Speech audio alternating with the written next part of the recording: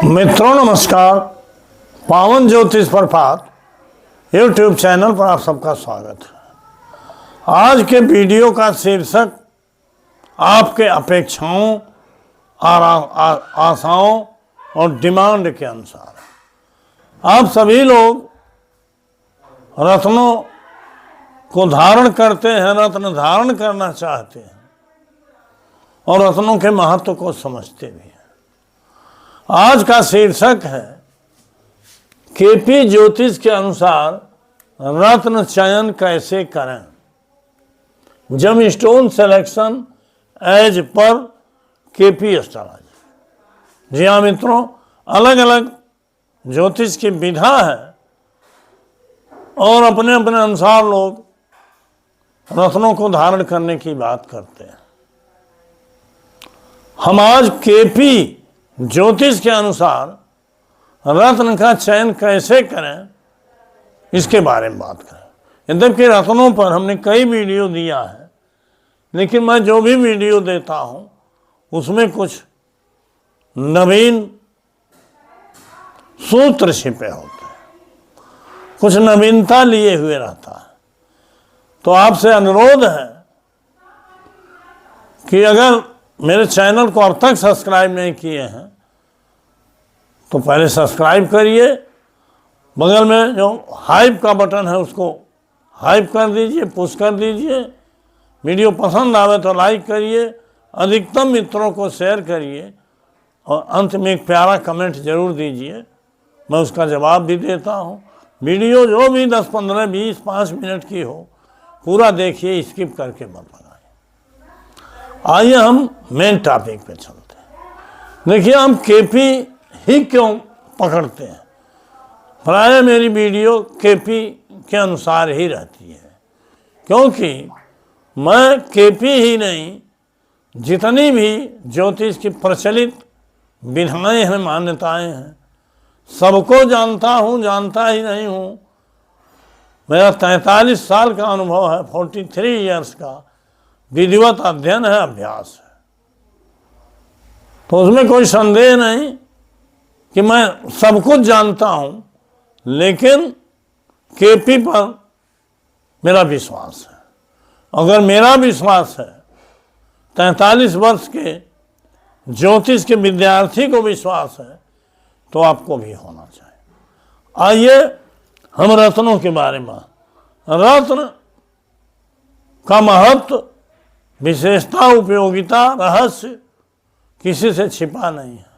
बहुत से लोग रत्न धारण करते हैं, उसका लाभ भी लेते हैं, अकूत लाभ लेते हैं, लेकिन रत्न धारण से हानियां भी होते हैं, जिसे ज्योतिष के नियमों की जानकारी न होने के कारण वो पहने हुए हैं, हानि उठा रहे हैं। रत्न साइलेंट नहीं रहता है, या तो लाभ करेगा या हानि। अगर रत्न धारण के बाद आपको हानि हो रही है, चिंता हो रही है, परेशानी हो रही है, असफलता मिल रहा है, दुख, दारिद्र्य, गरीबी आ रही है, तो निश्चित रूप से उसका कारण वो रत्न है, उसको तुरंत हटा दीजिए। आइए रत्नों के महत्व पर प्रकाश डालते हैं। रत्न हजारों साल से जमीन के अंदर, गुफाओं पर, पत्थर के अंदर, पहाड़ों में पड़े हुए हैं, लेकिन उनके अंदर जो वो रत्नों में जो रंगों का घनीभूत रंग है, वही कारण है। रत्न एक आभूषण ही नहीं, बल्कि प्रकृति और ईश्वर की अनुपम वरदान है। आप उनको डिवाइन ग्रेस कह सकते हैं, अनुग्रह कर सकते हैं।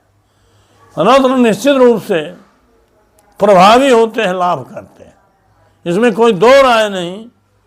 लेकिन रत्न धारण करना आवश्यक और महत्वपूर्ण तो है ही, उसका चयन सबसे ज़्यादा महत्वपूर्ण। चयन का तरीका नहीं मालूम है, उसको चुनने का तरीका नहीं मालूम है, नियम नहीं मालूम है, तो आप लाभ की जगह हानि भी उठाएंगे।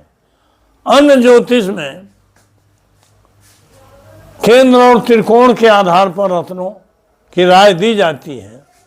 मेरे केपी के अध्ययन के अनुसार वो विचार सही नहीं है। मैं केपी के आलोक में रत्नों का चयन बताऊंगा।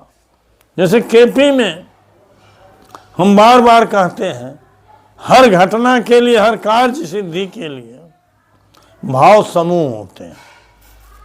जैसे उदाहरण के लिए आप लीजिए, आयु और स्वास्थ्य के लिए कुंडली का 1, 5, 11 भाव बड़ा महत्वपूर्ण होता है। स्वास्थ्य के लिए 1, 5, 11 और आयु के लिए भी 9वां भाव उसमें जोड़ देते हैं। तो अगर स्वास्थ्य के लिए रत्न धारण करना है तो 1, 5, 11 भाव जिस ग्रह में नक्षत्र के माध्यम से हो और उसके उप नक्षत्र के माध्यम से हो, वह रत्न धारण करना चाहिए। लेकिन कंडीशन यही है कि जिसकी महादशा हो उससे वो रिलेटेड हो। उसी तरह से अगर धन की जरूरत है, द्वितीय भाव है, तो 2, 6, 10, 11 ये भाव महत्वपूर्ण होते हैं। कंडीशन वही है जो पहले बार हमने आयु स्वास्थ्य के बारे में बताया है। आपको अगर शिक्षा की जरूरत है तो 4, 11, 4, 9, 11 ये महत्वपूर्ण भाव है। 4, 9 और 11 शिक्षा के लिए, शिक्षा में प्रगति के लिए, अच्छी शिक्षा प्राप्त करने के लिए तो 4, 9, 11 भूम भवन वाहन की जरूरत है तो 4, 11, 12 संतान सुख के लिए है तो 5, 2, 11 है। विवाह के लिए है तो 7, 2, 11 है। नौकरी के लिए है तो 6, 10, 2, 11 है। पदोन्नत के लिए है तो 10, 6, 11 है। इसी तरह से विदेश गमन के बारे में हमने कल ही चर्चा किया है, 12, 3, 9 है। तो इस तरह से जीवन के हर क्षेत्र से संबंधित हर कार्य में सफलता के लिए इन भाव समूहों को जानना जरूरी है। और जिस ग्रह में ये भाव समूह नक्षत्र के द्वारा आए हो और उसका उपनक्षत्र अपने नक्षत्र के द्वारा थोड़ा सा सपोर्ट कर रहा हो तो वो रत्न आपको सूट करेगा, निश्चित लाभ करेगा। लेकिन ये नहीं भूलना है कि जिस ग्रह की महादशा होती है 6 वर्ष, 10 वर्ष, 20 वर्ष, उस ग्रह का प्रभाव ज़्यादा रहता है। इस नाते महादशा स्वामी में अगर ये भाव हो या महादशा स्वामी से संबंधित किसी भी ग्रह में ये भाव सबल रूप से आए हों, सबल का मतलब नक्षत्र बल, तो उसी रत्न को धारण करके हम वांछित लाभ और कामयाबी प्राप्त कर सकते हैं। ये नियम हमने बार बार बताया है, आज भी बता रहा हूँ।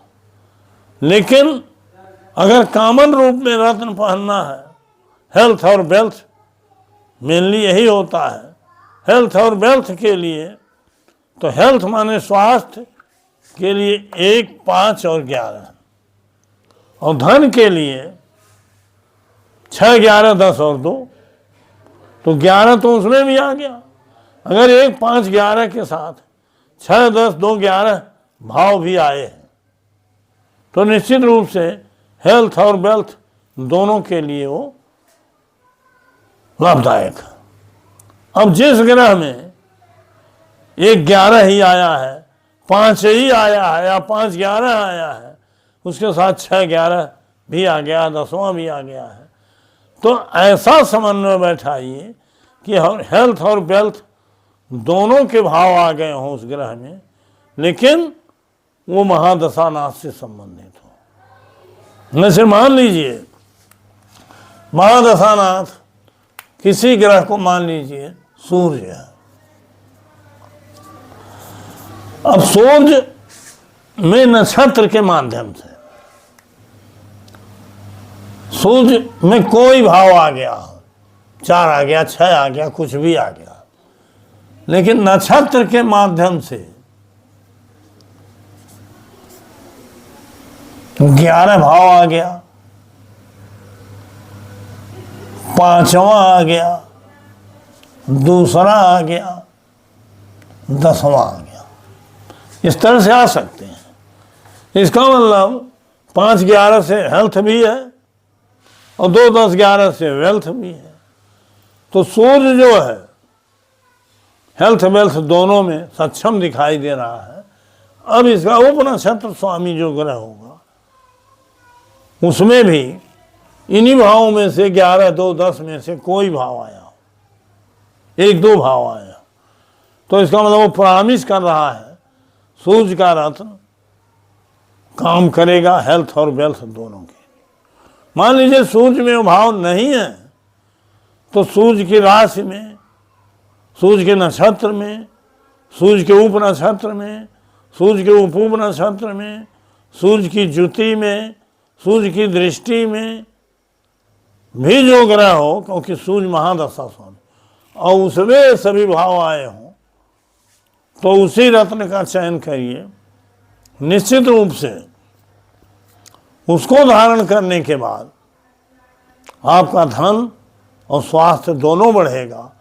और हेल्थ वेल्थ जब बढ़ता है तो व्यक्ति निश्चित रूप से जीवन में सफल होता है।